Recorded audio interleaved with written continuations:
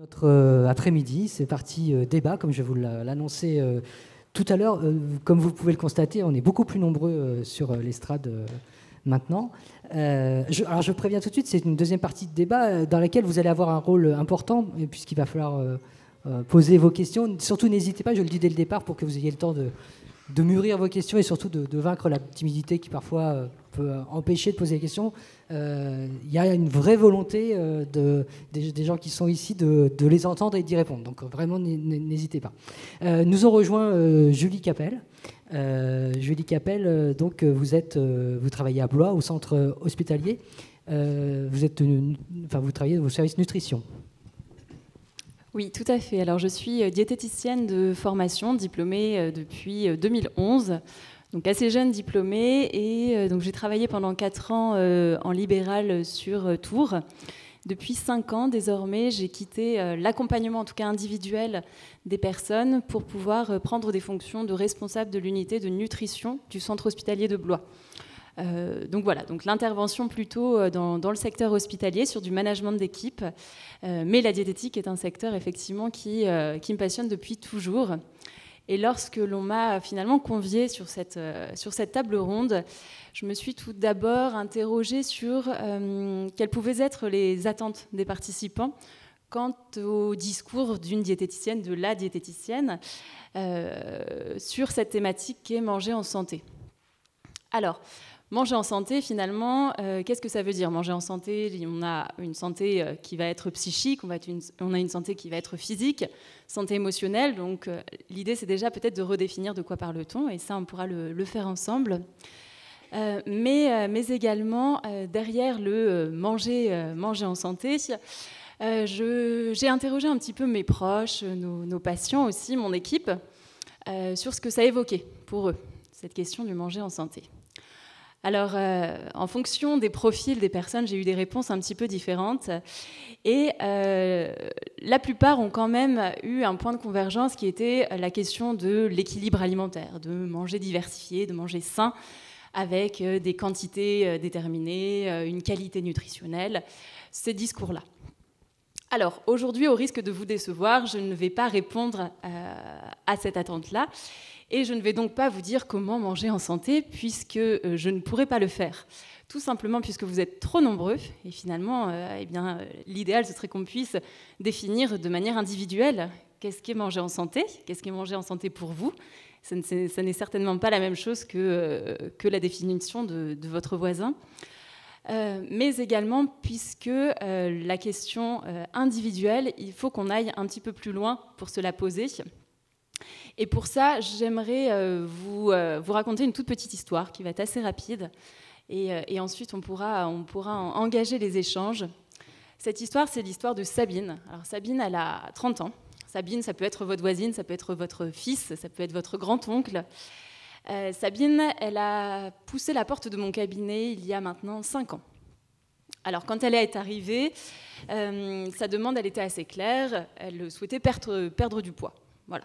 Une demande assez classique dans un bureau de consultation diététique. Alors, finalement, la question que j'ai pu lui poser, c'était qu'est-ce qui vous handicape aujourd'hui dans la question de votre poids? Alors, Sabine m'a répondu assez naturellement, j'ai des motivations qui me sont personnelles, j'aimerais me sentir mieux dans mon corps et peut-être finalement accepter davantage cette enveloppe dans laquelle je vis et vivre mieux le regard que l'autre peut avoir sur moi. Donc ça a été la première raison. On a ensuite évoqué la question du parcours de Sabine. Elle a été suivie depuis l'âge de ses 8 ans, donc un certain temps finalement à être suivie. Et elle m'explique que c'est le médecin de famille et sa maman qui finalement l'ont amenée à avoir ces réflexions-là autour de son poids. Puisque ce que je ne vous ai pas précisé, c'est que Sabine est en surpoids.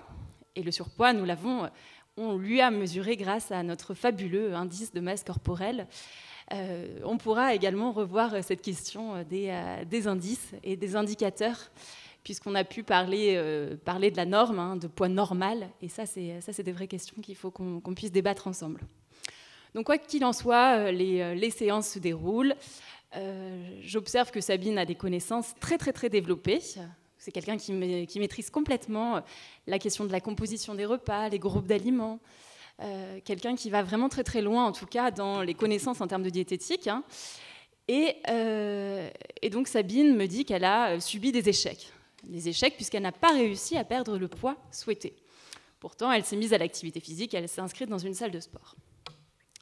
Alors, j'aimerais vous interroger sur pourquoi est-ce que Sabine n'arrive pas à atteindre son objectif. Qu'est-ce qui fait qu'aujourd'hui, elle respecte les grands repères nutritionnels hein, qu'on connaît tous. Elle mange 5 fruits et légumes par jour, elle mange des féculents à chaque repas, elle ne grignote pas, elle fait du sport. Et pour autant, elle n'arrive pas à perdre le poids qu'elle souhaiterait perdre. Est-ce que quelqu'un dans l'Assemblée a éventuellement une piste de réflexion, d'idées à nous soumettre? Je précise qu'il y a des micros qui sont à votre disposition. Il suffit de lever la main et un micro apparaîtra devant vous de façon miraculeuse. Ah, une main qui se lève. Donc quelqu'un a une piste. En plus, le micro est à côté. Bonjour. Peut-être que c'est un poids qu'elle idéalise. C'est peut-être pas le poids en réalité qui correspond à ce qu'elle pourrait attendre. Un idéal de poids. Oui, alors effectivement, ça c'est une vraie piste de réflexion. La question du poids idéalisé et du poids souhaité. On souhaite tous faire un poids et puis on est tous avec un poids de forme, un poids dans lequel je me sens bien. Donc ça c'est vraiment effectivement une première piste de réflexion à avoir. Alors quand on creuse un petit peu dans les consultations avec Sabine, finalement elle m'avoue que ce poids il la dérange peut-être pas tant que ça. Aujourd'hui, elle n'est pas en mauvaise santé. Effectivement, elle a un léger surpoids, mais elle aime plutôt bien ses formes. Elle se sent bien, elle s'est mise à la danse et finalement, ça l'aide plutôt bien. Alors, ça pose la question de la motivation profonde. Qu'est-ce qui fait qu'à un moment, je peux me rendre chez un professionnel avec un objectif qui n'est pas le mien? Et là, derrière, on a la question de l'éducation et de l'influence des pairs. Donc ça, c'est un facteur vraiment primordial sur lequel je voulais vraiment vous alerter. Et puis le deuxième, c'était la question de l'écoute de ses besoins. Finalement, Sabine respectait les repères nutritionnels, les grands repères nutritionnels universels que l'on connaît tous. Néanmoins, ces repères nutritionnels n'étaient certainement pas adaptés au rythme de vie, aux habitudes, à l'organisme de Sabine. Donc peut-être que Sabine avait simplement besoin de fractionner ses repas en 4 ou 5 prises, de manger un peu moins de produits laitiers, un peu plus de féculents, et d'écouter tout simplement ses sensations corporelles. Donc c'est vraiment sur cette dynamique qu'on a travaillé. On a travaillé pendant 2 ans avec Sabine. Ça ne s'est pas soldé que par les grandes réussites. Il y a eu des rechutes, il y a eu des échecs. Et puis voilà, le cycle de la vie a fait qu'elle a réussi en tout cas à trouver un certain équilibre. Un équilibre dans son organisme, dans sa vie. Donc c'est vraiment ce point-là fondamental qui va être de se poser la question, quels sont mes besoins propres à moi ? Et la question du plaisir qu'on a pu évoquer, elle est fondamentale. Mais quels sont les éléments qui me font vraiment plaisir à moi? Le milkshake au chocolat ne m'aurait certainement pas fait plaisir. Peut-être que d'autres aliments m'auraient fait davantage plaisir. Merci Julie. Autour de la table nous a rejoint aussi Éric Guérif. Alors lui, vous êtes à l'autre bout, au début de la chaîne, puisque vous êtes responsable de production au CHU de Tours. Et donc, vous, votre métier, c'est de gérer les repas. Bonjour à tous. Donc, Éric Guérif, responsable de production sur le CHU de Tours. Donc, mon métier à moi, c'est de gérer l'approvisionnement, la production et la distribution des repas pour tout le centre hospitalier. Donc, que ce soit Trousseau, Bretonneau, Clocheville et toutes les annexes. Donc, on est sur une moyenne d'entre 5800 à 6000 couverts jour, une équipe d'une centaine d'employés, collaborateurs sur l'UCPA. Donc, l'UCPA, c'est l'unité collective de production alimentaire. Et alors, là, on est dans un univers donc, hospitalier, un univers médical.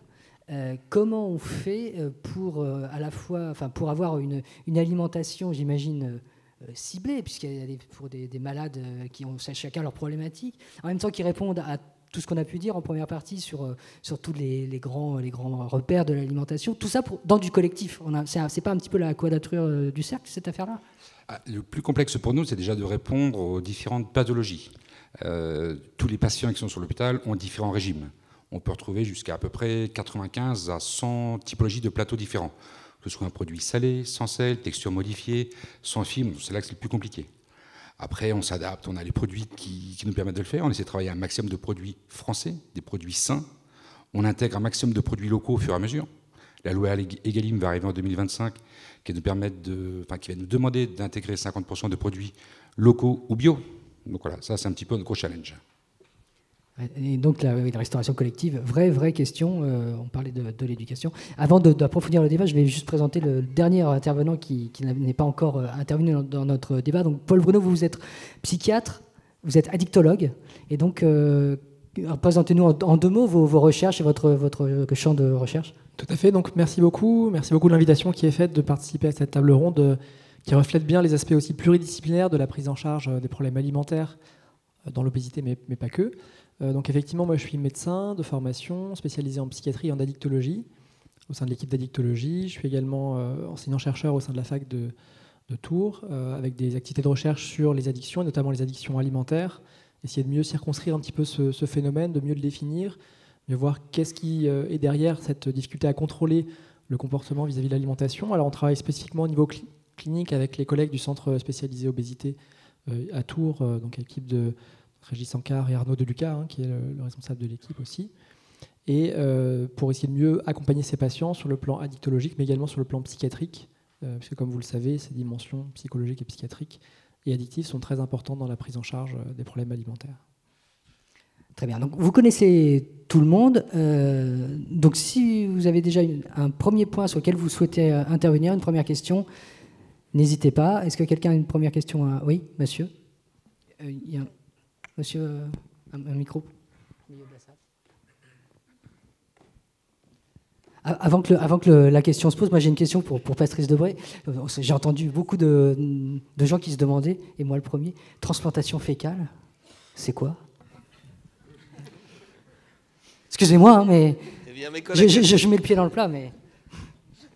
Mes collègues gastro-entérologues vous disant que c'est une chose les plus difficiles qui soit, arriver à recueillir des selles de personnes saines. C'est extrêmement compliqué. D'abord parce que quand quelqu'un arrive à l'hôpital, du coup, il n'a plus du tout envie de donner alors qu'il était donneur volontaire.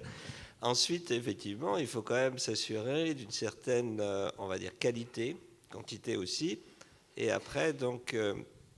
c'est des produits que vous pouvez cryoconserver, envoyer aux 4 coins du monde. Il y a même des industriels qui se sont mis derrière pour proposer. Mais retomber sur un problème de normes. C'est quoi la normalité et qu'est-ce qui va faire dire que c'est une selle normale et anormale?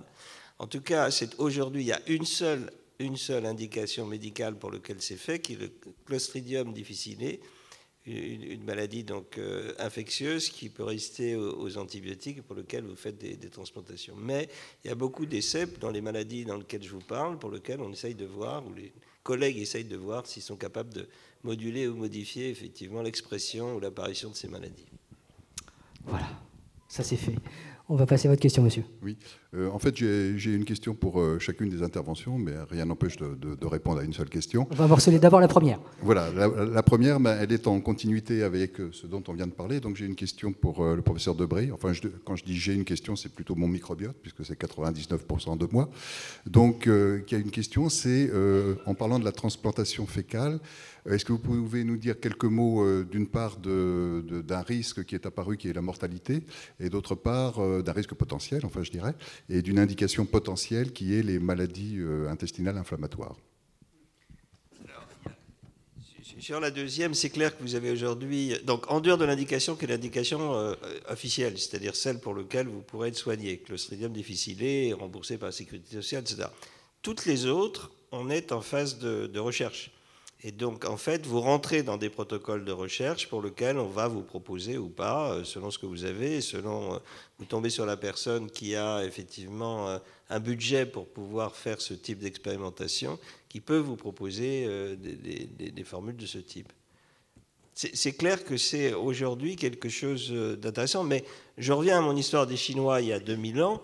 Quand on vous offrait, que vous aviez une bonne diarrhée, on vous offrait une soupe un peu jaunâtre avec de jolis reflets, que vous posiez la question de savoir ce que c'était, eh bien, souvent, disent les Chinois, ça guérissait beaucoup de choses. Et si vous allez au bord des oasis et que vous êtes un bédouin qui est pris de diarrhée, ils mangeaient souvent les selles de leur chameau et ça leur réussissait très bien.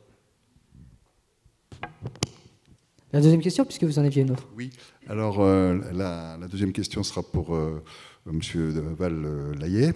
En fait, j'ai une remarque et une question. La remarque, c'est, même si enfin, l'intervention est très, très courte dans le cadre de 20 minutes, mais je pense que quand on parle beaucoup d'obésité, comme on l'a fait dans votre intervention, il faut quand même, avant ou après ce dont vous avez parlé en imagerie fonctionnelle, insister sur le fait que ces facteurs comportementaux ne sont probablement qu'une partie, voire même qu'une partie minoritaire des facteurs qui conduisent à l'obésité, et que peut-être les facteurs génétiques, épigénétiques, métaboliques, etc., sont d'autres facteurs qui sont aussi très très importants, de façon, je pense, tout simplement à ne pas culpabiliser les gens en ne parlant que des comportements alimentaires. Et je voulais vous demander aussi, vous n'avez pas parlé du terme de satiété, mais vous l'avez frôlé assez souvent. Mais alors, je voulais savoir si vous n'avez pas parlé de ce terme parce que vous n'aimez pas le terme ou parce que vous n'aimez pas le concept. Et on a beaucoup parlé effectivement d'une différence de la sensation de satiété, et notamment presque par réflexe à l'arrivée du bol alimentaire chez les obèses. Alors qu'est-ce que ça devient maintenant, et est-ce que voilà, on avance sur ce sujet? Alors, je vais commencer par ma réponse à la deuxième question. Donc, je n'ai pas parlé de la satiété, du rassasiement, parce que ce sont des concepts qui sont liés à la régulation homéostatique du comportement. Et aujourd'hui, je voulais me focaliser en 20 minutes sur le plaisir et tous les facteurs hédoniques. Mais bien sûr, la satiété, c'est indispensable, on la ressent tous.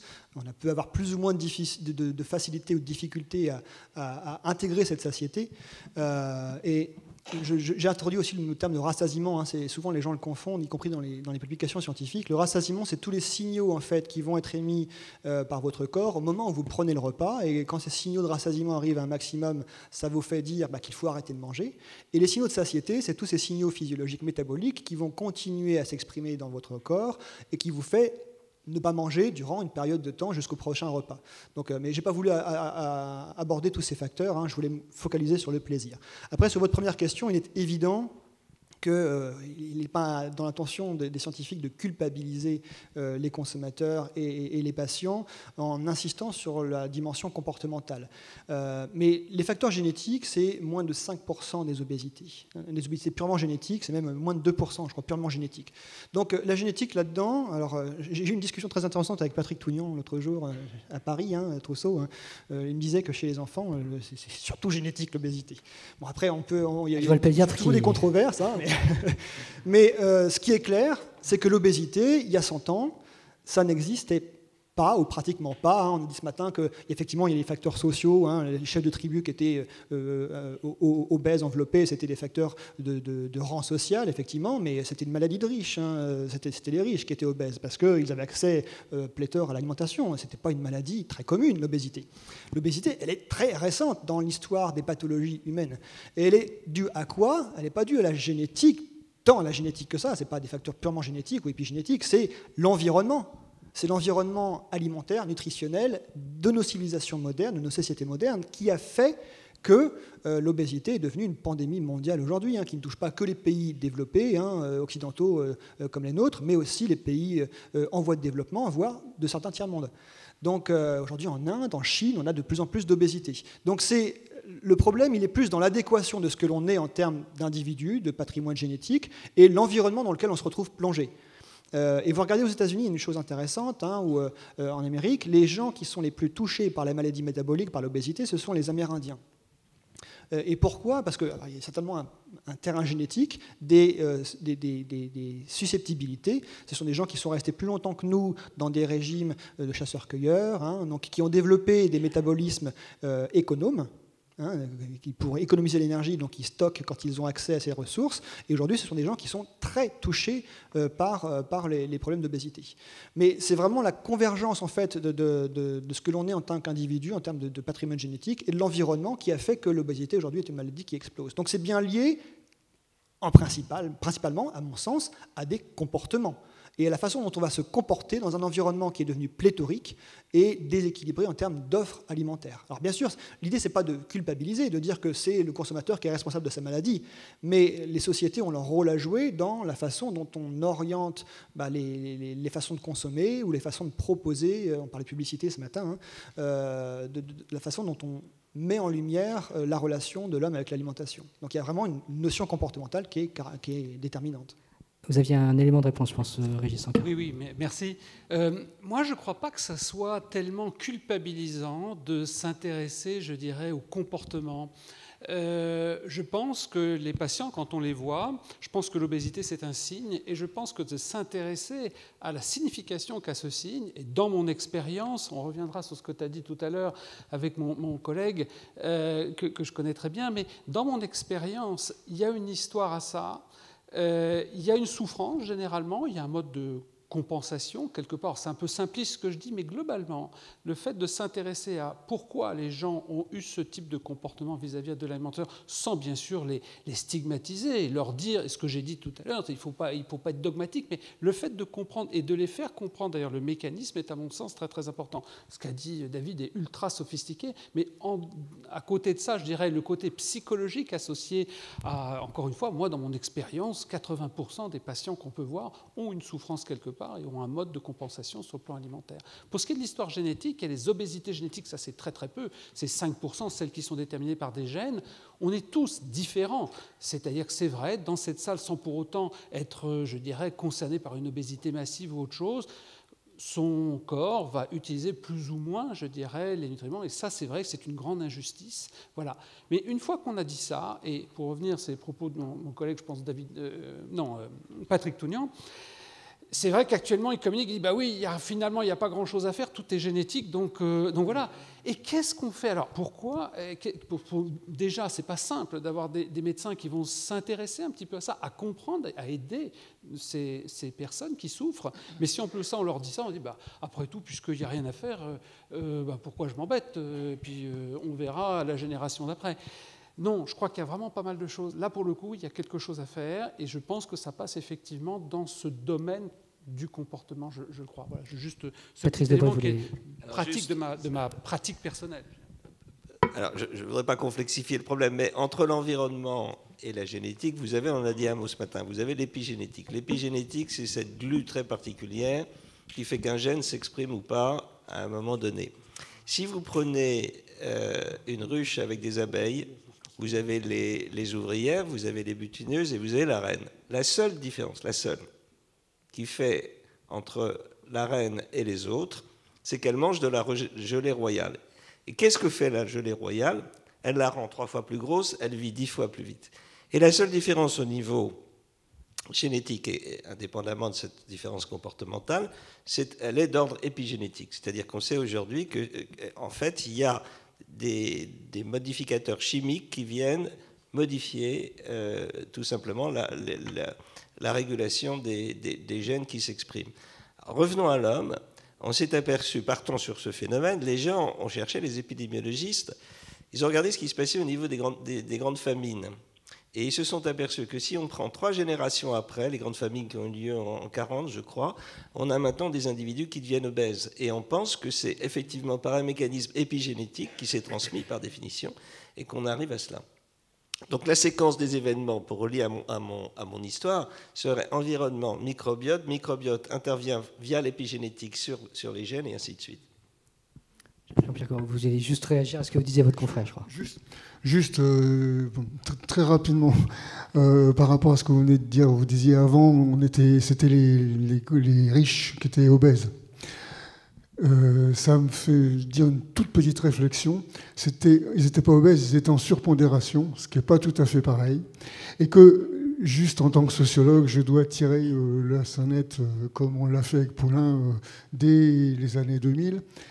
C'est quand même au moment où l'indice de masse corporelle a été modifié qu'on a eu une épidémie d'obésité. C'est-à-dire que vous vous réveillez le lendemain. Alors attendez, je pondère.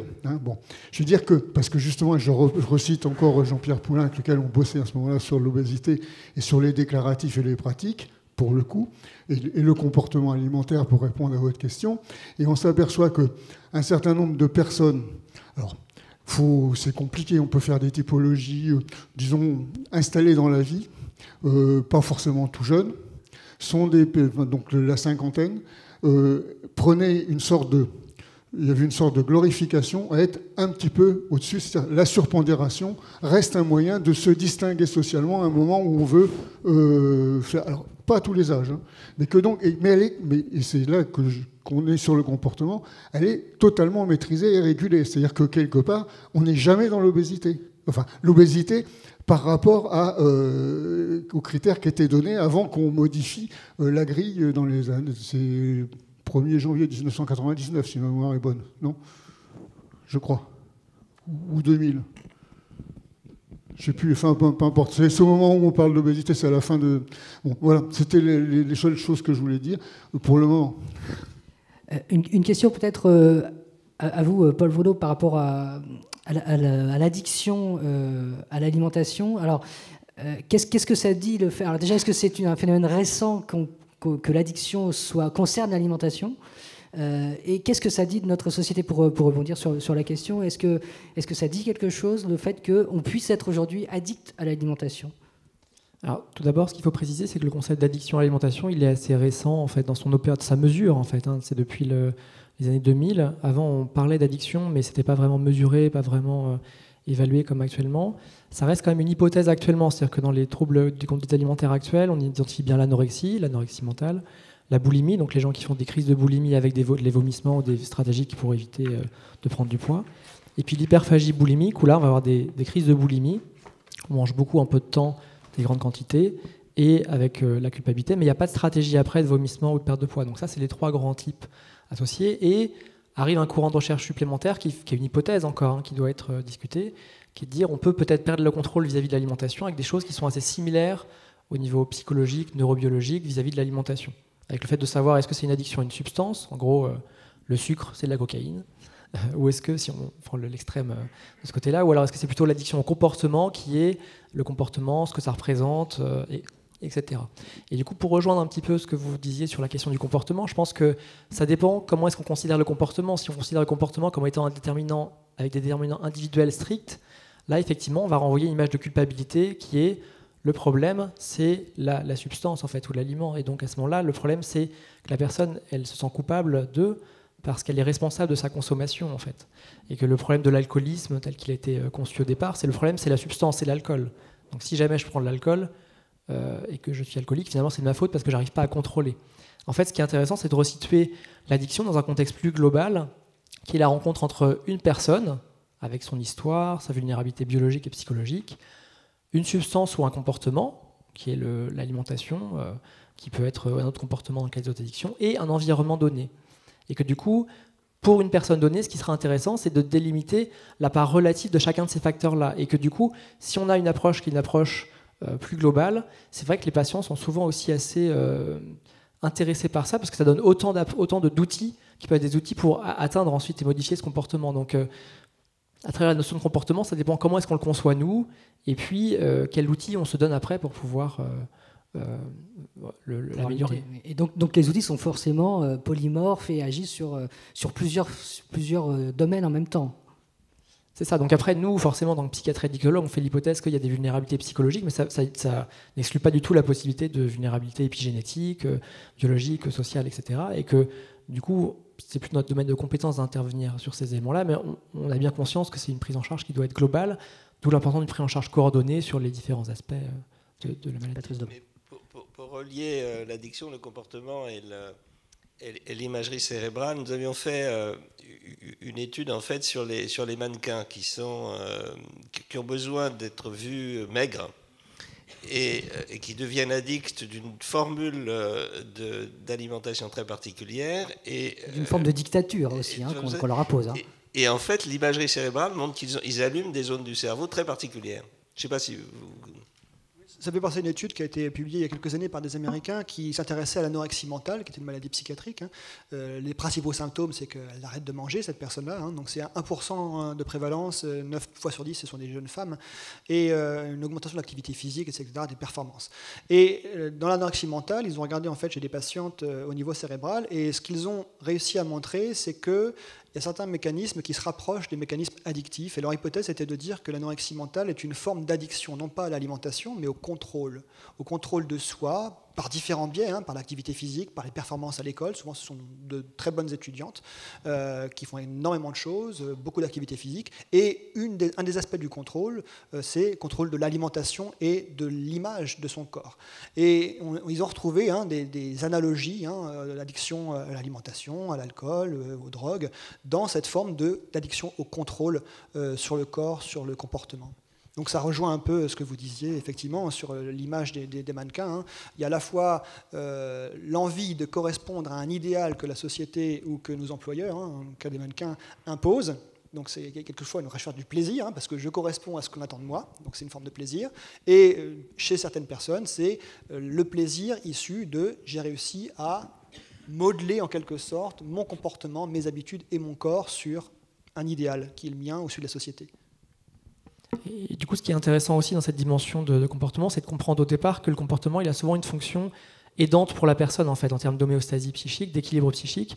Il y a une fonction qui est de perdre du poids, ça va permettre de sentir mieux, d'améliorer le vécu de la personne. Et donc après, c'est lorsque ce comportement devient répété, qu'il persiste malgré des conséquences négatives, que là, on va rentrer dans des conséquences plus délétères. Mais du coup, c'est resituer aussi le comportement, non pas seulement dans le comportement tel qu'il est, mais de façon longitudinale dans l'histoire de la personne. Quand ça a commencé, quel sens ça avait, en quoi ça a aidé la personne avant que ça ne lui porte finalement des soucis. Et ça, souvent, c'est quelque chose qui est assez éclairant pour redonner le contrôle aux personnes sur leur alimentation et sur leur comportement en général. Je crois que vous aviez une troisième question. Vous nous avez annoncé dès le départ que vous vouliez réagir sur les 3 conférences. Peut-être avant que le micro arrive jusqu'à notre intervenant, mais j'avais envie, en vous écoutant, de renverser un peu le thème de notre débat, juste en parenthèse. On parle de l'alimentation des gens en bonne santé, en comment on fait pour rester en bonne santé en mangeant.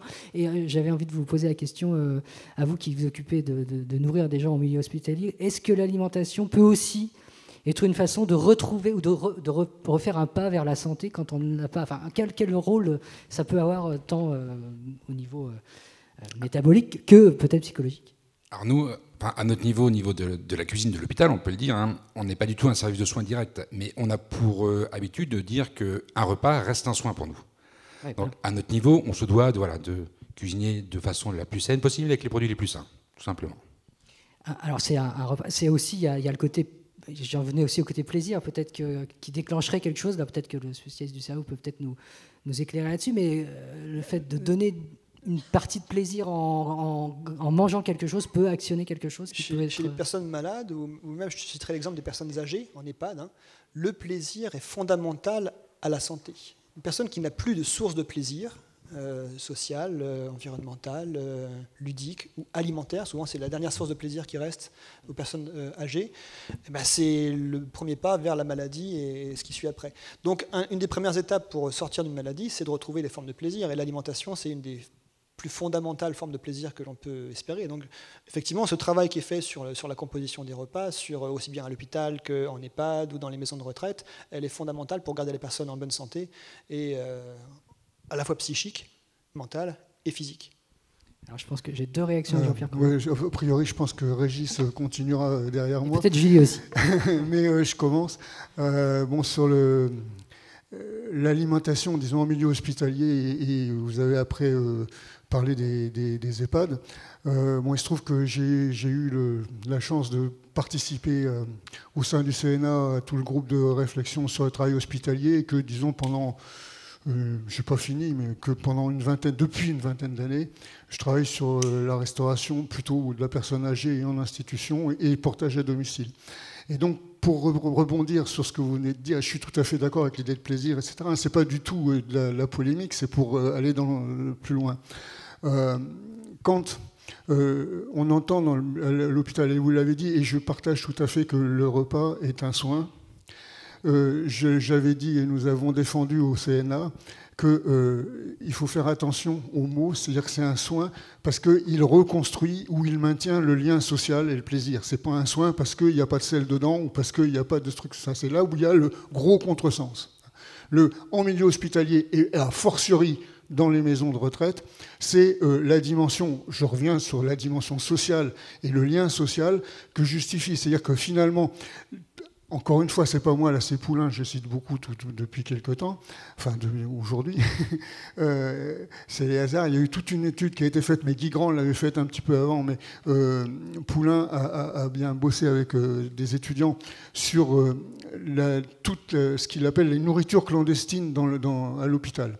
Et c'est important parce que, alors, vous savez, et dans les EHPAD aussi, hein, je veux dire, les petits boudoirs qui sont cachés dans la table de nuit, le petit flash de machin sous le matelas, ça. Si on touche à ça, c'est foutu. C'est-à-dire qu'en réalité, cette nourriture clandestine, c'est la présence de la famille, c'est le fait, et l'aide ménagère qui vient et qui a acheté, c'est son pâtissier, le gâteau, tout ça, c'est le lien social qui, pour le coup, quand des expériences ont été faites, mais Puiset sera là demain, il pourra peut-être en parler, mais dans sa génération, il y a eu avec Guy Grand, ils avaient fait des choses, et puis il n'y avait pas qu'avec lui, où on voyait bien comment le temps de, par exemple, alors là on part en milieu hospitalier, moi j'ai travaillé avec des gens des clans de Strasbourg, qui avaient travaillé là-dessus, quand il y a du plaisir à manger et le lien social à manger, en réalité, les temps d'hospitalisation sont plus courts.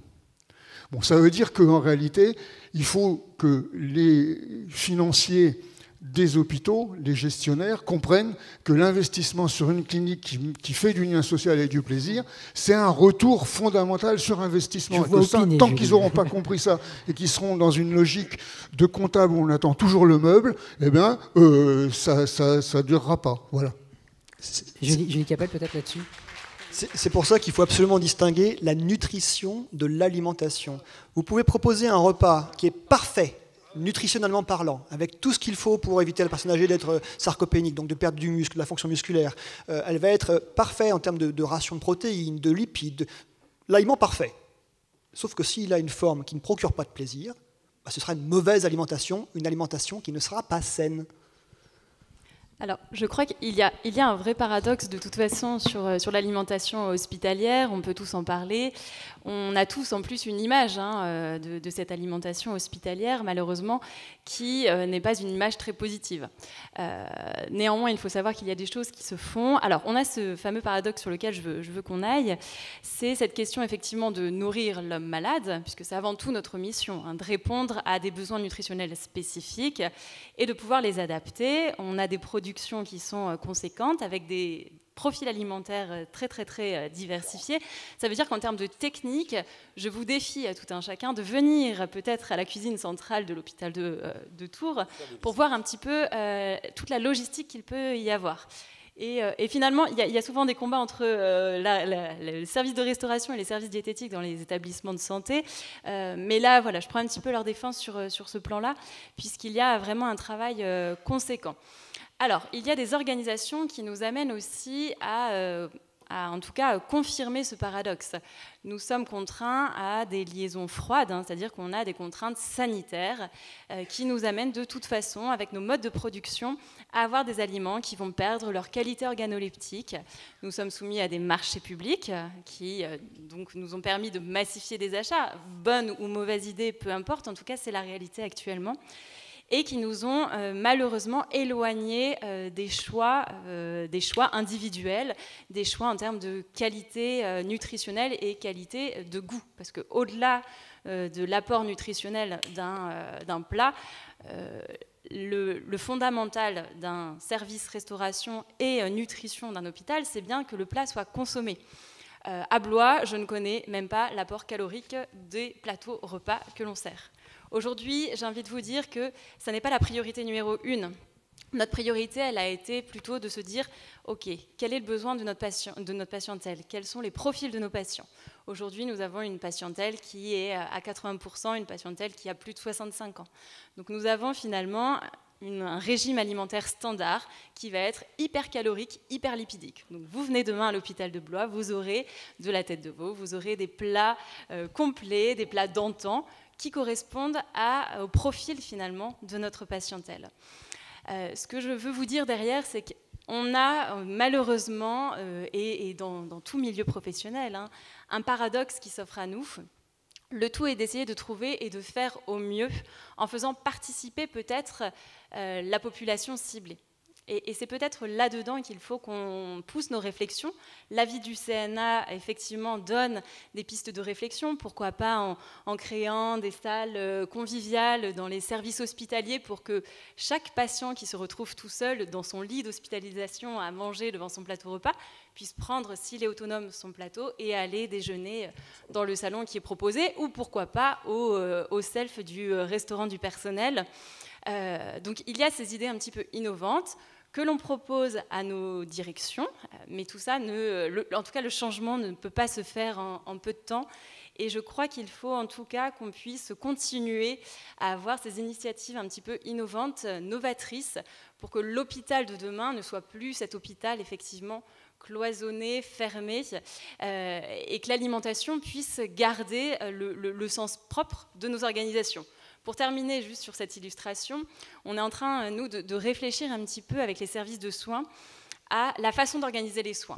Aujourd'hui, les soins ont été organisés en fonction, finalement, de problématiques d'ordre de ressources humaines. Là, ce qu'on est en train de se dire, c'est finalement, on va prendre notre patient, notre résident en EHPAD, et on va essayer d'observer un peu quel est son rythme de vie. Donc le petit déjeuner, peut-être qu'on ne va pas le servir à 9h, comme c'est le cas dans certains établissements actuellement, mais peut-être qu'on va pouvoir proposer un buffet de 7h à 10h et laisser l'autonomie, en tout cas, à nos sujets âgés pour aller librement prendre leur repas. Donc c'est toutes ces réflexions-là qui bousculent complètement les codes, qui bousculent également les habitudes de certains professionnels. Et il faut aller à l'encontre de tout ça en faisant en tout cas jouer l'intelligence collective. Et moi, je crois beaucoup à cette question de l'intelligence collective et de la participation. De quelle manière est-ce que je permets l'adhésion en tout cas du public vers ces objectifs communs qu'on défend tous. Régis Ancard. Oui, merci. 3 petits points. Le premier, c'est de saluer quand même le travail de ces équipes de cuisine, parce qu'on dit toujours la cuisine, c'est pas bon à l'hôpital, etc. Sachez que des cuisiniers qui font effectivement 6000 repas par jour sont aussi capables de participer au grand repas de Touraine, c'est-à-dire d'essayer de faire le mieux, de suivre aussi d'être vraiment, on va dire, dans le plaisir, dans une certaine dimension de gastronomie, et à animer avec Julie, puis par ailleurs, des animations, justement, de rassembler les gens qui sont concernés dans le champ de l'alimentation et nutrition à l'hôpital. Sachez que dans les réunions qu'on peut faire, eh bien, il y a énormément de cuisiniers qui viennent, qui essayent de faire le mieux avec effectivement les moyens qu'on leur donne, qui sont assez restreint, mais je peux vous assurer que l'envie est, peut-être vous direz un petit mot de ce grand repas. Le deuxième point, c'est qu'effectivement, quand on est malade, quand on perd du poids, ça s'appelle qu'on se dénutrit, que c'est quelque chose qui concerne à peu près 10% des enfants hospitalisés, à peu près 25% des adultes et beaucoup plus chez les personnes âgées. Il est évident que ça augmente la durée d'hospitalisation, ça compromet la convalescence, on n'arrive pas à se défendre et justement ce système immunitaire dont parle Patrice ne fonctionne pas dans ces situations-là, donc vous comprenez que c'est un enjeu absolument majeur, mais attention dans ces situations-là, parce qu'on est malade, parce qu'on n'est pas chez soi, parce que ceci, parce que cela, on n'a pas non plus toujours tout à fait envie de manger. Voilà. Donc ça, ce sont des points très importants. Et le troisième point, je l'ai oublié, mais... Vous l'avez mangé, si je puis dire. Voilà. Vous aviez, je pense que le micro a dû arriver jusqu'à vous. Oui, tout à fait. Mais c'est en fait ma question, elle concerne effectivement la première intervention et en fait elle continue ces échanges sur le plaisir nutritionnel. Parce que je me demandais en écoutant cette première intervention, non pas quels étaient, disons, comment faire pour aménager et pour équilibrer, même si c'est un équilibre métastable, les conséquences sociales des différentes conceptions du manger sain. Alors là, on parle plus. Alors vous avez évoqué effectivement les facteurs sociaux pouvant influencer l'idée du manger sain, mais les conséquences sociales. Parce que, si vous voulez, je ne veux pas parler du problème, par exemple, de la lutte, si on veut dire, de certains véganes, je ne dis pas tous les véganes, mais de certains véganes contre les boucheries, parce que après tout, si l'homme est omnivore, on n'est pas obligé de tout manger, et je peux concevoir qu'on puisse ne pas manger de viande. Par contre, ce que je ne peux pas concevoir, c'est qu'on puisse se passer de foie gras. Et or, ce qui se passe actuellement, c'est que dans certains États et certaines villes des USA, eh bien, le foie gras est interdit à l'importation et même, je crois, à la dégustation. Et donc, voilà, dans votre expérience et tirée de vos échanges avec vos patients, etc., comment est-ce qu'on peut aménager socialement des conceptions différentes, mais sans que ça aille jusqu'à, finalement, diminuer les libertés de l'autre voilà, influencer les comportements contraires à la conception que je peux avoir, moi, du manger sain. La liberté commence là où s'arrête celle des autres.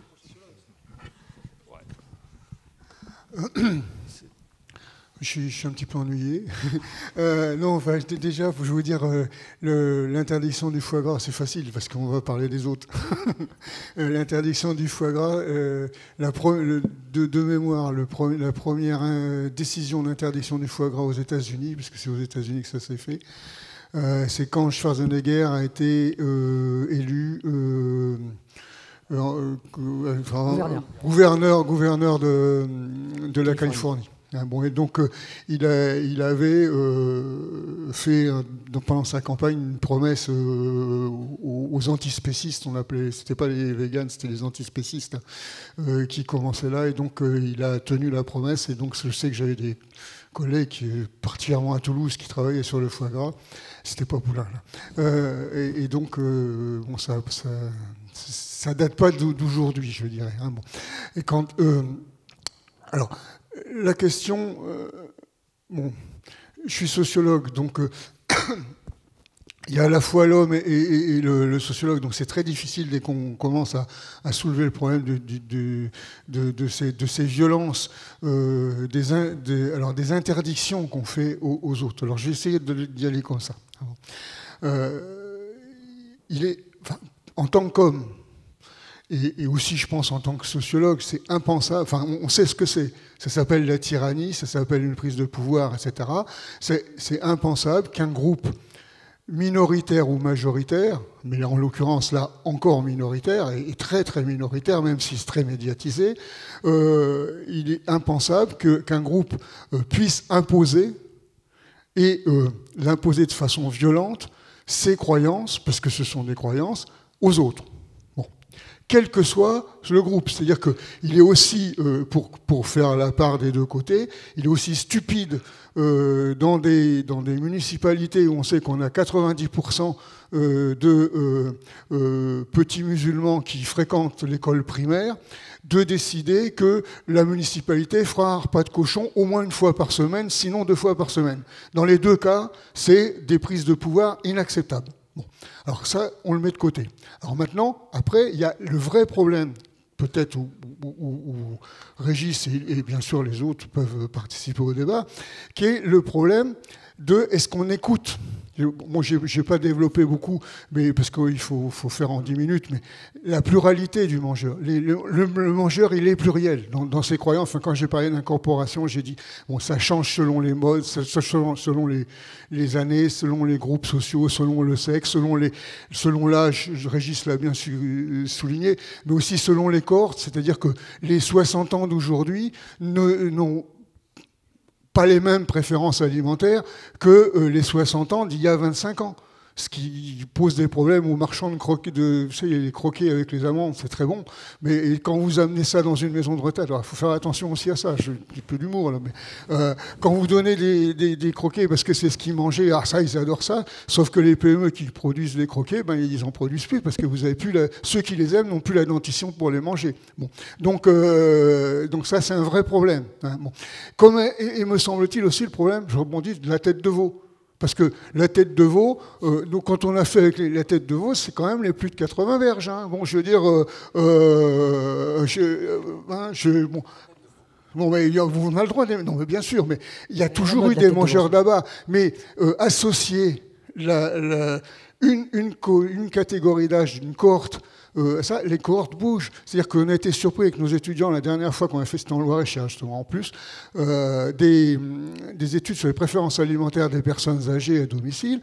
On s'aperçoit que les jeunes, enfin ce qu'on appelait les jeunes seniors, donc il y a de ça 8 ans, même pas 7 ans, les jeunes seniors d'il y a 7 ans, donc ceux qui ont 70 ans maintenant, entre 65 et 75, sont des personnes qui sont des générations, pour ceux qui travaillaient beaucoup dans des catégories modestes, ils sont plutôt boursins pain jambon, si vous voulez, et que le côté viande cuisinée, truc à la sauce, etc., c'était pas leur truc, parce que et que donc chaque fois, et je rebondis sur ce que je voulais dire au départ de ma phrase, à chaque fois il faut écouter l'autre. C'est-à-dire que finalement la pluralité du mangeur suppose que ceux qui veulent agir sur les comportements du mangeur pour des problèmes de santé publique aillent demander, regarder comment ces gens-là mangent, ce qu'ils aiment, etc. Alors bien sûr, après, on va faire des accommodements, on va faire des ajustements, on va les amener progressivement. C'est ça la transition, ce qui est le thème aujourd'hui, je veux dire, et tous ces 2 jours. La transition écologique, si on va la faire, ça suppose qu'il faut d'abord écouter l'autre. Si vous arrivez avec des injonctions, en disant voilà ce qu'il faut manger, voilà comme ça, c'est ce que vous avez fort bien dénoncé ce matin, en disant est-ce qu'on est jacobin ou est-ce qu'on est girondin? Et si on est jacobin, eh ben, on n'est pas tout à fait tyrannique, mais presque. Je dirais que, et bon, c'est un secret pour personne, que j'ai jamais été, je suis toujours pas un fanat du Nutri-Score, parce que je pense que c'est ce pipeau. Moi, j'ai regardé, c'est un bon outil marketing, ça c'est sûr, mais c'est pas forcément quelque chose que les personnes qui en ont vraiment besoin vont regarder en achetant leur aliment. Et il se trouve que j'ai de la famille à Londres et que je vais souvent faire des courses dans les quartiers nord où il y a des gens qui se portent bien et qui ne devraient pas manger de trucs qui sont en rouge, et que c'est quand même leur couleur préférée, et de loin, parce que leur critère d'achat, le Nutri-Score local, il s'applique aux produits qu'ils aiment et qu'ils ont l'habitude d'acheter et qui sont pas chers. Bon, et que voilà, et que donc il faut essayer de globaliser, comme ça a été fort bien dit par d'autres personnes avant, si on veut justement, et en respectant l'autre. C'est-à-dire que ça ne veut pas dire regardez, ils se mangent ça, ils sont en train de grossir, etc. Bon, bah oui, et alors, bon, et le problème c'est comment faire pour modifier tout doucement leur santé avant qu'on tombe dans des grosses pathologies. Comment mettre en place une éducation alimentaire qui soit respectueuse des personnes qui se trouvent en face, c'est-à-dire qu'on les écoute, on les entend, et à partir de là, on va essayer ensemble de trouver avec, parce que je ne suis pas non plus pour dire ce serait spontané, du moment que vous êtes là, vous pouvez, pas de démagogie, c'est-à-dire que je suis un sociologue compréhensif, ça ne veut pas dire laxiste. Et donc un sociologue compréhensif, il essaye de voir comment on peut faire. Et à partir de là, avec les personnes, et en leur expliquant, et en essayant on construit ensemble, il y a une co-construction de ce qui pourrait être, et ça peut être une co-construction de type collectif, et pas forcément dans une pratique purement clinique. Moi, je ne sais pas si j'ai à peu près répondu avec ma question, mais j'espère. Complément peut-être ? Moi, je suis parfaitement ce que dit Jean-Pierre. Il y a un problème central dans la nutrition, c'est la tête de veau. Clairement. Et le foie gras. Clairement. Plus sérieusement, et pour répondre un peu à votre question, même si c'est une histoire très sérieuse, l'histoire de la tête de veau, pour répondre un petit peu à votre question, et tu l'as dit, je pense qu'il y a un certain militantisme, effectivement. On a dit aussi qu'il y avait une dimension identitaire à suivre quelquefois, un certain nombre de modalités alimentaires, quelles qu'elles soient. La meilleure façon pour effectivement faire qu'il y ait cette violence qui fait effectivement... Il y aura toujours des extrémistes dans tous les domaines. De toute façon, il y en a dans le domaine de l'alimentation, dans un tas d'autres domaines. Mais l'un des points, à mon avis, c'est déjà effectivement de les entendre. Et c'est exactement la même stratégie, à mon sens, qu'on doit avoir quand on reçoit quelqu'un qui déjà vient chez vous. Déjà, pourquoi est-ce que quelqu'un qui aurait pris ces options-là alimentaires vient voir un médecin? C'est que quand même, il se pose des questions. Alors, il s'attend à ce qu'on lui assène cette espèce d'injonction. Et non, si effectivement... vous l'écoutez, et ce qui d'ailleurs doit être fait à mon sens, parce que ça a un sens, à ce moment-là, vous inversez les choses, et même cette prise de position qui est volontiers militante et qui est volontiers agressive, on va dire même quelquefois, peut s'inverser, parce que finalement ça a des fondements, et puis quand on écoute, eh bien, certains éléments peuvent être pondérés. Voilà, c'est l'élément que je voudrais vous dire. D'autres questions dans la salle? Juste pour compléter par rapport à la question de monsieur, en fait on a dérivé un peu de manger sain au manger éthique, qui sont 2 questions très différentes. Et la question aujourd'hui, les véganes, des groupements extrémistes, tous les véganes ne sont pas extrémistes, hein, il y en a qui sont très fréquentables. C'est simple, par le 3e niveau de l'incorporation, puisqu'il y a une souillure, à partir du moment où il y a une souillure spirituelle, ce n'est plus ça. C'est ça. Oui, parce qu'il y a le sein psychologique aussi. Oui. Et en fait, il n'y a pas d'aliment éthique ou d'aliment non éthique, il n'y a que des pratiques éthiques ou acceptables. Enfin, ce qui choque les véganes initialement, c'est le bien-être animal. Donc, moi, j'ai beaucoup travaillé sur le bien-être animal aussi. Avant de m'intéresser à l'alimentation humaine, je travaillais sur le bien-être animal, sur différentes espèces. J'ai aussi travaillé sur le canard à foie gras, pour tout vous dire, sur les bovins laitiers, sur les moutons et même aujourd'hui les cochons. Donc, j'ai aussi une petite expérience de ce côté. Et c'est une problématique sociétale qui est réelle. Donc, quelque part, certains des arguments pris comme des drapeaux de combat sont réels et doivent être écoutés. Comme tu dis, Régis, ils doivent être écoutés et ils doivent conduire à des modifications de pratiques, aussi bien dans l'élevage que dans les productions animales, etc. Mais de là à dire que cet aliment, il n'est pas éthique, il n'est pas sain, effectivement, là, on dérive sur des pensées, des modes, des dogmes extrémistes et dangereux. Parce qu'on se retrouve vivant des dictatures intellectuelles. On retrouve le schéma qu'évoquait Jean-Pierre Corot tout à l'heure. J'ai vu des mains se lever là-bas. Est-ce que le micro peut aller jusqu'au 3e rang?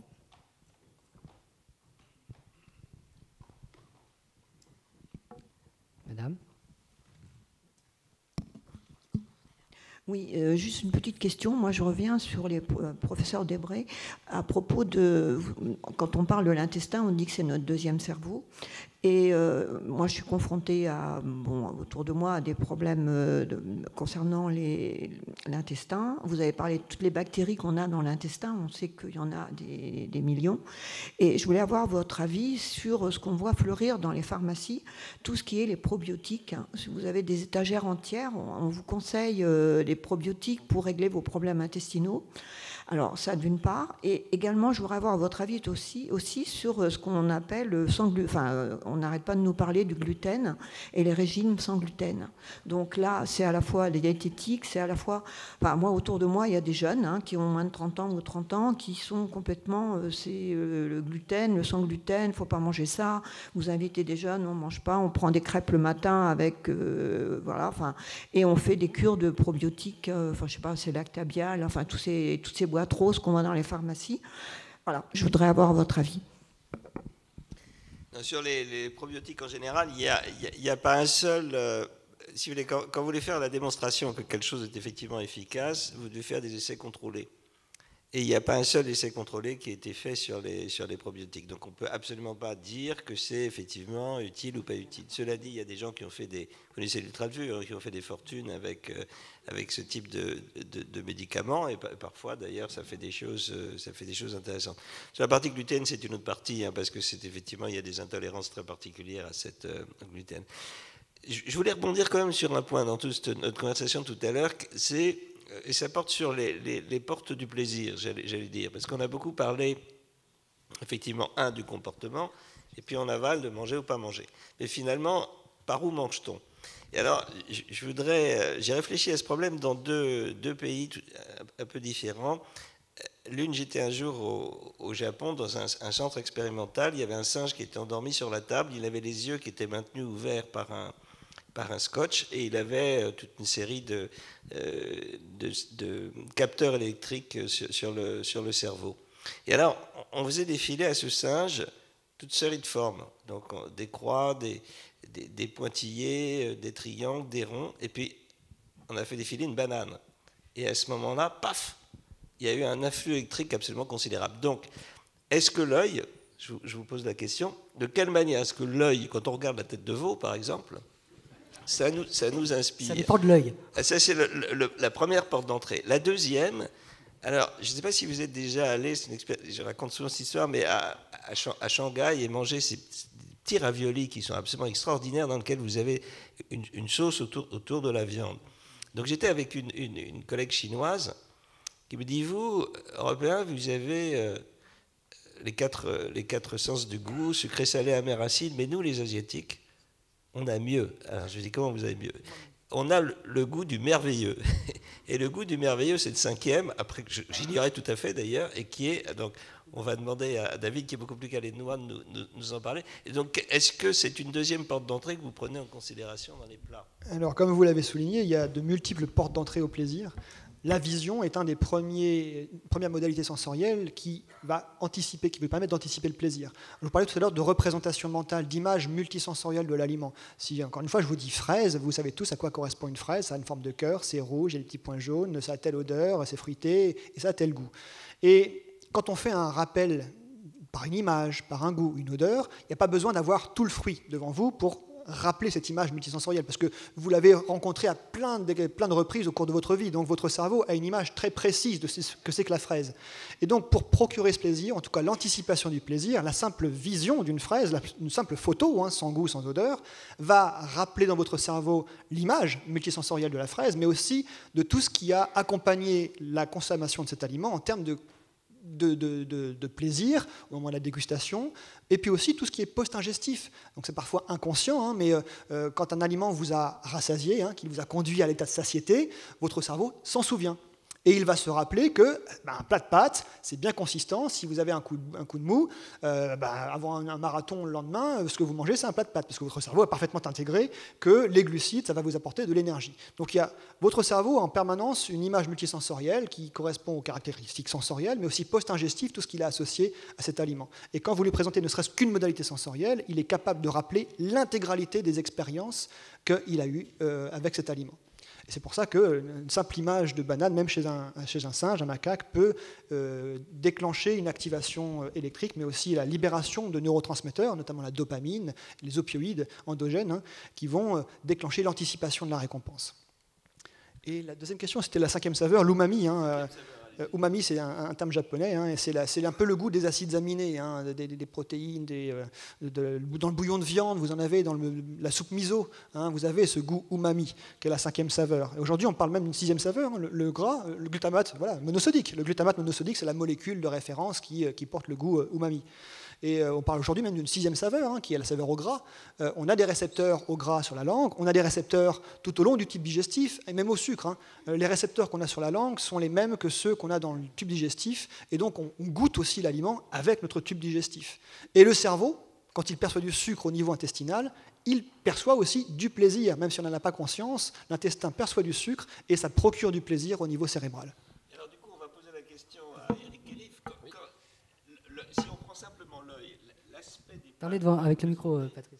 L'aspect des plats que vous allez présenter devrait théoriquement prendre une grande importance. Je ne sais pas comment vous faites, et si vous mettez de la sauce tomate sur un plat de nouilles... Alors déjà, ce qu'il faut dire, c'est que je prends l'exemple du CHU de Tours, on sert tout sur des barquettes individuelles. Donc c'est vrai que visuellement, manger dans une barquette plastique, c'est vrai que c'est peu appétant. On essaie de partir sur des produits basiques où on ne veut pas détériorer le goût non plus.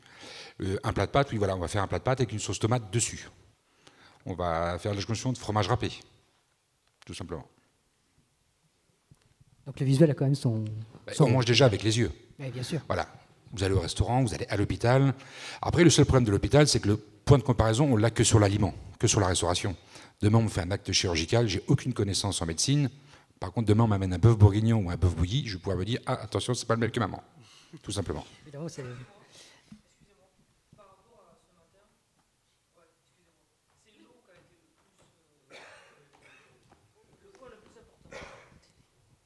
Bonjour. Par rapport à ce matin, c'est l'eau qui a été le plus important. Donc le manque d'eau, donc tout ce qui est fluidité du sang, moi en tant qu'expérience dans les activités aussi bien en Amazonie qu'en haute montagne, dès qu'on a un manque d'eau, l'urée, donc la partie pour les excréments, devient plus difficile. Donc toutes les boissons modernes sur l'eau. Et je pense qu'en médecine, au niveau de l'eau, on peut améliorer nos boissons. Donc on peut acheter des eaux minérales aromatisées, mais on pourrait créer des eaux médicales. Donc ça sera une évolution scientifique. Et le manque d'eau, ça voudrait dire que dans 10 ans, la Loire, elle est à sec. C'est ce qui a été dit ce matin avec le climatologue. Et après, bien sûr, la psychiatrie pour les addictologues ou les addictologies de l'eau, ça veut dire quelqu'un qui va... à un moment donné, ou trop boire d'eau, donc la rétention d'eau.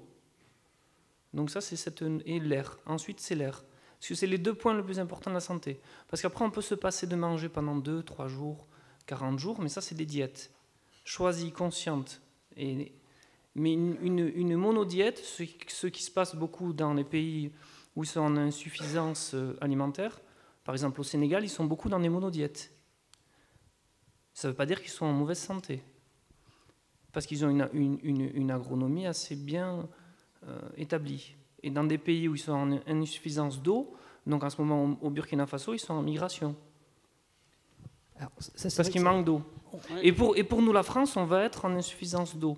Donc c'est ce choix sur l'eau qu'il faut faire.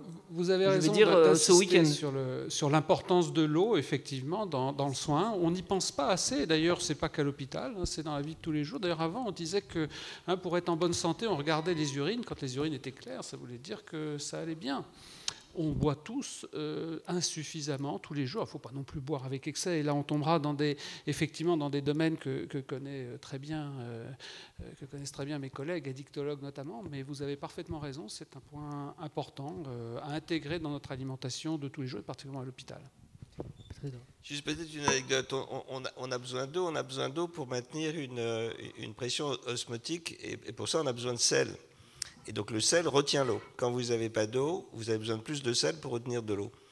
Et il se trouve que quand les esclaves noirs qu'on emmenait aux États-Unis, on leur donnait très peu à boire. Et donc on a sélectionné en réalité des personnalités africaines qui retenaient l'eau par le sel et qui par la suite sont hypertendus. Donc vous avez en fait une sélection d'individus hypertendus aux États-Unis simplement parce que vous ne leur avez pas donné assez d'eau.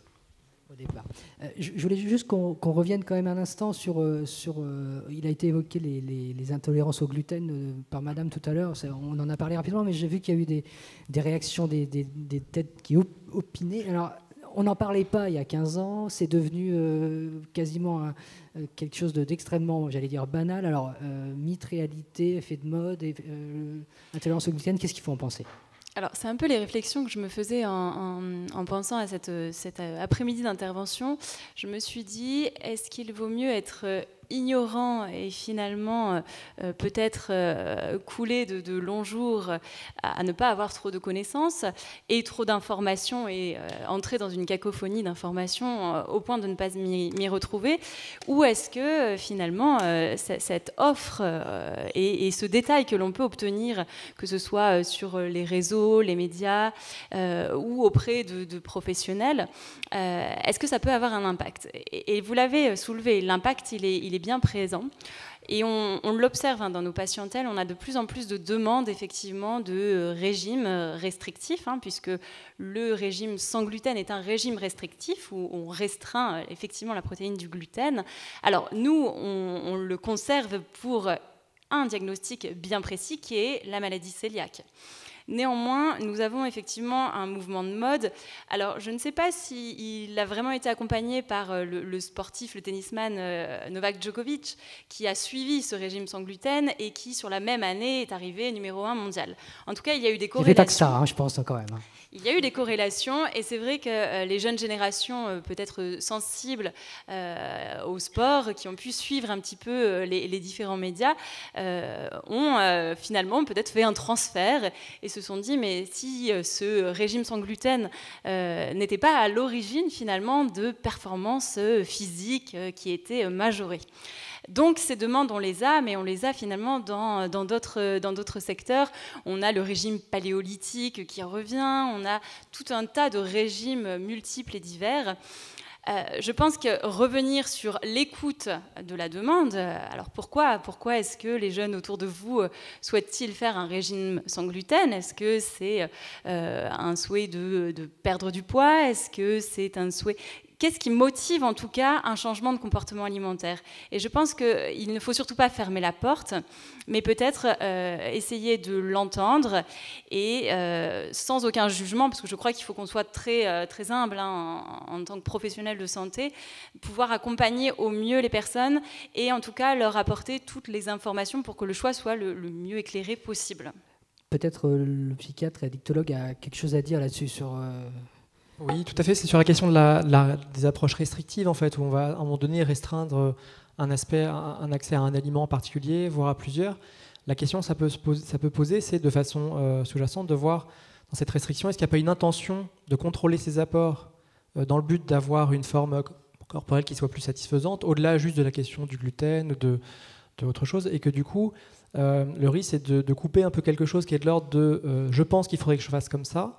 En même temps, mon corps sent qu'il faudrait que je fasse différemment, en fait, d'avoir un ressenti émotionnel où je me sens mieux parce que effectivement je me restreins et où je pense que par rapport à l'alimentation, il faudrait que je fasse autrement. Et donc, il y a tout un courant qui a trait à l'alimentation qui est plutôt l'alimentation intuitive, qui vise à essayer de réconcilier à la fois ce qu'on pense de l'alimentation et en même temps des émotions qu'on peut avoir vis-à-vis d'elle. Parce qu'il y a beaucoup de travaux qui ont démontré les effets, les risques de la restriction, notamment quand il y a une restriction cognitive, une intention de réduire ses apports pour perdre du poids, ou quand on a une restriction trop importante, on va avoir des troubles du conduite alimentaire qui vont arriver avec des prises alimentaires régulières, compulsives, et qui vont devenir finalement obséder les personnes. Il y a une très bonne expérience qui a été faite, enfin très bonne, c'est pas une très bonne expérience, mais une expérience très connue qui a été faite, l'expérience Minnesota au décours de la Deuxième Guerre mondiale, où des personnes avaient une restriction alimentaire qui a été induite. Alors, ça serait impossible au niveau éthique de le faire actuellement, parce que ça a été des restrictions caloriques très fortes chez une trentaine de jeunes hommes.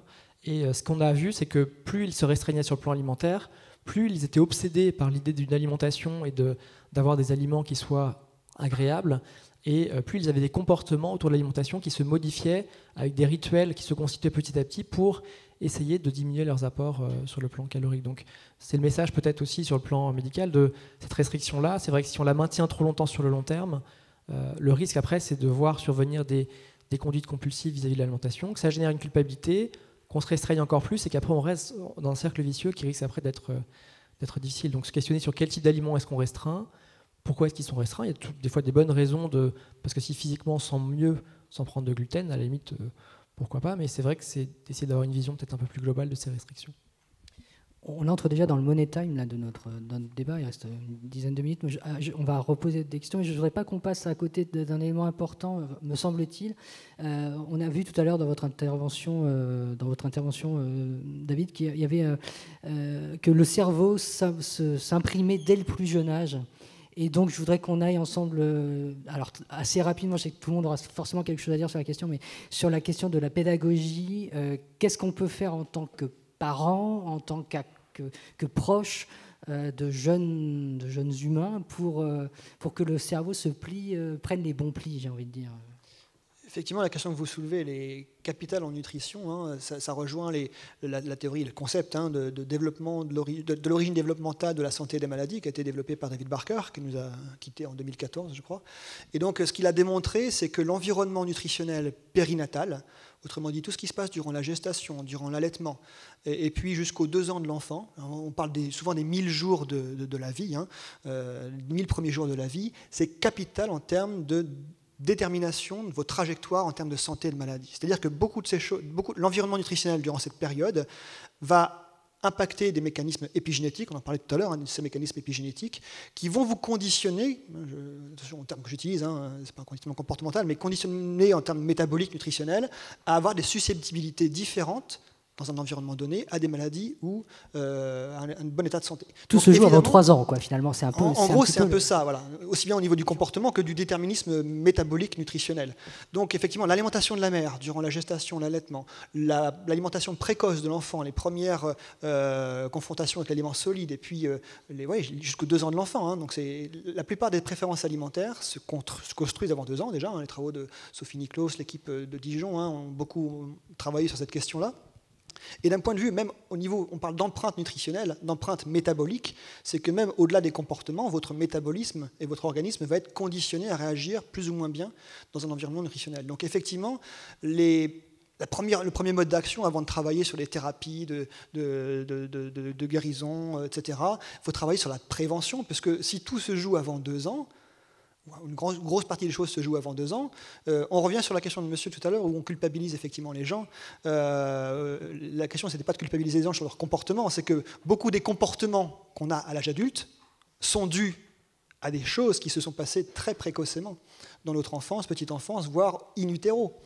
Donc on est libre à la fois de ce que l'on choisit de faire, de ce que l'on choisit de manger, mais nos comportements sont aussi beaucoup conditionnés, modulés par toutes ces expériences précoces. Et l'éducation de la maman, l'éducation des tout-petits, elle est capitale si on veut résoudre le problème de la pandémie d'obésité aujourd'hui et de maladies nutritionnelles. D'autres intervention sur le thème? Oui, bien sûr. Non, c'est parfaitement vrai. Tout ceci est absolument déterminant.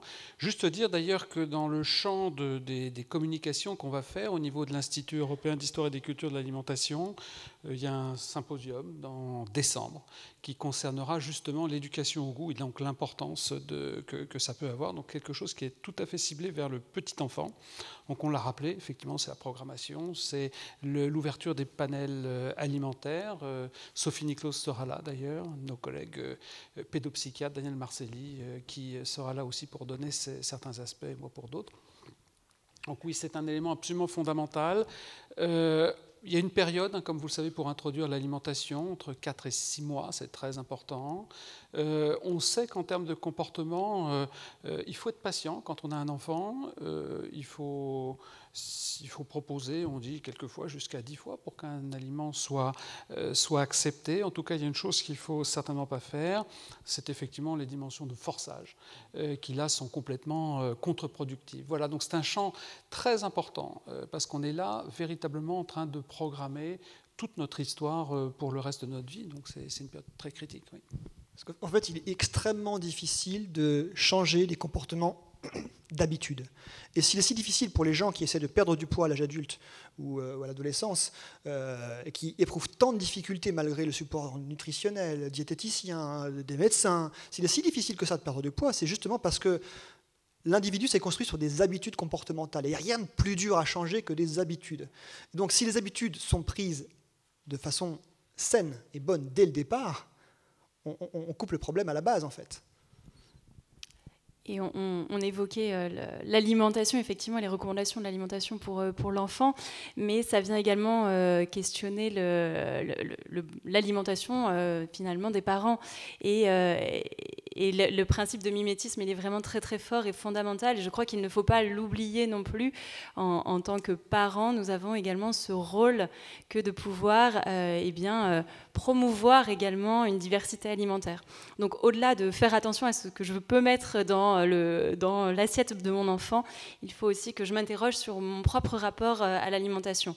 Donc au-delà d'habitudes finalement comportementales, on peut parler d'habitudes familiales aussi en termes d'alimentation, et elles sont vraiment capitales à mon sens. Merci, je pense que ça va être le mot de la fin. Ça va vraiment être la dernière question. Une personne qui a un micro depuis très longtemps. Alors mais vraiment très très vite parce qu'on va être pris par le temps. Merci. Moi, j'avais une question sur la notion d'addiction alimentaire. On a évoqué tout à l'heure la chirurgie bariatrique et le fait que des personnes qui auraient une addiction alimentaire et qui bénéficieraient de chirurgie bariatrique pourraient du coup réorienter leur addiction vers un autre produit. Donc, je voulais savoir si, au moment de poser l'indication de la chirurgie bariatrique, du coup, la dimension d'addiction alimentaire potentielle était travaillée, était évoqué, et est-ce que ça pouvait amener à récuser l'indication, et dans ces cas-là, qu'est-ce qu'on pouvait proposer à ces personnes? Complètement. Double réponse rapide de David Valayer, ensuite peut-être Après, je passerai la parole à Paul, bien sûr. La présence d'une addiction alimentaire, c'est un facteur d'exclusion vis-à-vis de la chirurgie bariatrique. Donc si le clinicien, si le nutritionniste, l'addictologue décèle la présence d'une addiction en amont d'une chirurgie bariatrique, il va orienter le patient vers autre chose. Après, on peut envisager toutes les thérapies cognitivo-comportementales, traitements médicamenteux. Je ne laisserai pas la parole au médecin après, mais oui, bien sûr, c'est un critère d'exclusion. Le problème, c'est que, comme je vous l'ai montré tout à l'heure, c'est juste un questionnaire, hein, c'est déclaratif. Donc ça veut dire que la personne répond à des questions, hein, il y a une quinzaine de questions, je ne sais plus, un peu plus, sur les versions. Donc la personne répond aux questions, mais elle peut très bien décider de mentir. Et c'est ce qui arrive parfois, c'est que les gens qui veulent avoir accès à un bypass, parce qu'elles ont entendu tellement de choses, elles ont une cousine, une copine qui a eu un bypass, c'était super, ça a bien marché, on voit tellement d'informations via les émissions de télévisées, sur ça on sait que ça marche super bien, donc les gens veulent un bypass souvent. Et certaines personnes feront tout pour avoir ce bypass, même si elles doivent mentir aux cliniciens pour obtenir ce qu'elles souhaitent.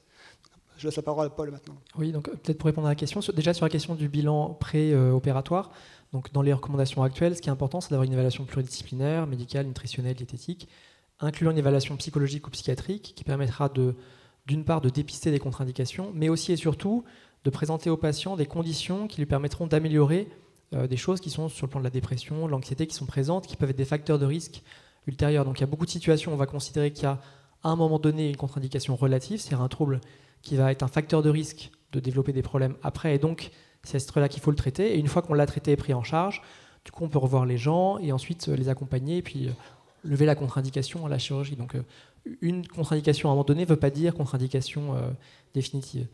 Sur les troubles alimentaires, il y a à peu près 20% des personnes qui ont un trouble alimentaire en préopératoire, donc c'est quand même assez élevé. Et après, ce qu'on considère, c'est qu'après l'opération, il y a à peu près 5 à 10% qui vont développer des troubles de l'usage de l'alcool, troubles de l'usage de substances. Et l'hypothèse qui est faite, c'est de dire qu'il y a un transfert d'addiction, mais ce n'est pas démontré actuellement que c'est vraiment ce transfert-là qui est présent, mais c'est une hypothèse qui est assez forte. Et on l'explique par quoi? D'une part parce que notamment dans le bypass, on va avoir une augmentation de l'absorption de l'alcool, parce que comme on enlève une partie de l'estomac et l'intestin grêle, du coup l'absorption de l'alcool est beaucoup plus rapide, donc vous avez des gens qui vont avoir des effets physiologiques de l'alcool beaucoup plus rapides, et donc plus une substance va agir vite, rapidement et être forte, intense, plus il y a un risque d'addiction. C'est le premier point. Et le deuxième point, c'est qu'on a aussi des personnes qui vont avoir des risques avant sur le plan addictif, qui ont plus de risques d'avoir une addiction à l'alimentation. Bah, du coup, comme ils ont des facteurs de risque d'addiction à l'alimentation, comme ils n'ont plus accès à l'alimentation, on peut faire l'hypothèse qu'à un moment donné, ils vont utiliser d'autres choses pour essayer de réguler leurs émotions. Et du coup, l'alcool peut être en première ligne. D'où l'intérêt d'avoir vraiment un suivi, non pas seulement juste avant de dire voilà, c'est bon, j'ai vu le psychiatre, psychologue, tout va bien, je serai plus suivi tout le temps, mais d'avoir vraiment un suivi et des correspondants aussi locaux pour faire appel si besoin. Et c'est aussi l'intérêt du bilan avant, c'est de voir qu'il y a des gens à qui on peut faire appel si besoin. Peut-être qu'il n'y aura pas besoin, et tant mieux, et parfait, très bien, ce qui peut être une proportion importante. Et puis peut-être qu'il y a besoin, et dans ce cas-là, savoir de qui se rapprocher. Merci. Allez, petite question. Ça sera vraiment la dernière. Merci. Puis j'en profite pour vous remercier tous sur la qualité de vos interventions et de ces assises. Alors, pour revenir sur l'enfant, je voulais poser la question de l'état des réflexions des lobbies de l'agroalimentaire, nos lobbies mondiaux, par rapport à la confection de certains produits très largement offerts aux enfants. C'est pas de la petite question, ça. Hein. Qui veut se lancer alors, en moins d'une minute? Pas de candidat? Difficile à répondre, votre question. Il y a l'annonce et les actes. Vous avez des grandes chaînes de restauration rapide qui, effectivement, ont fait un travail, d'ailleurs, incontestablement. Est-ce que c'est suffisant? Vous savez bien que quand on compare les budgets en termes de communication pour des aliments qui ne sont pas très équilibrés, qui ne sont pas bons sur le plan nutritionnel, et puis les campagnes, je dirais, prônant l'équilibre alimentaire, il y a une forte disproportion. Je pense qu'il y a quand même une poussée, je dirais, de la société, un certain nombre de questionnements qui va quelque part les obliger à faire quelque chose, je pense, parce que, voilà, je pense que même intelligemment pour eux, je pense que c'est la bonne façon de le faire, je pense que beaucoup des grandes sociétés essayent de le faire. Est-ce que c'est suffisant? Est-ce que ceci, est-ce que cela? On n'est pas de ce côté-là non plus, mais peut-être que d'autres collègues auront quelques idées. Voilà. En tout cas, il se passe quand même un petit peu de choses, même si c'est pas suffisant. En tout cas, parce que c'est commercial, ça va être commercial. Eh oui, mais là, alors ça existe.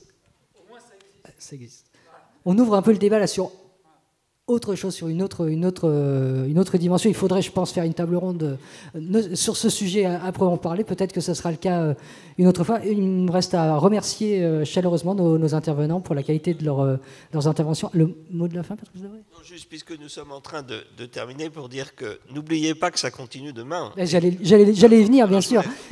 Évidemment, demain, on continue avec une matinée sur les peurs alimentaires et puis après l'après-midi, on parlera de la table de demain. Donc revenez, ça va être évidemment passionnant.